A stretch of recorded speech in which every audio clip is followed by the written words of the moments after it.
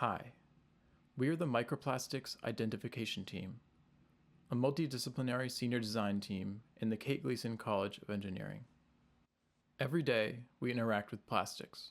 From our water bottles to our food wrappers, these items break down into tiny particles called microplastics, some of which are too small for the human eye to see.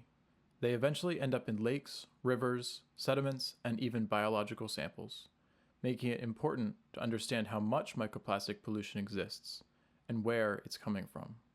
To analyze environmental samples, researchers must go through a multi-step process including sieving, density separation, and filtration before manually counting the particles under a microscope. This process is extremely time-intensive. Researchers can spend 30 to 45 minutes analyzing a single sample dish, adding up to hundreds of hours of work for every research project. Because of this, researchers are limited in how many samples they can process, making it difficult to collect large data sets and draw meaningful conclusions.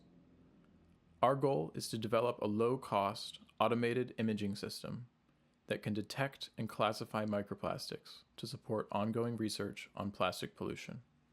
Our system captures 4 images of each fluorescent dyed sample under different wavelengths of light: white, UV, green, and blue. Every plastic polymer responds differently to these conditions, so by analyzing sets of images in MATLAB, we can detect particles, measure them, and classify their polymer type.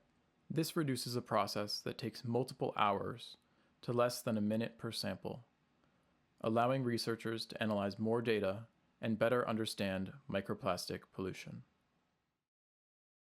We would like to thank our MSD guide Gary Renz, computer science co-ops Elijah Leonard and Cody Rogers, our clients Matthew Hoffman, Stephen Day, and Nathan Eddingsaus, and the RIT Collaborative for Plastic and the Environment for their support.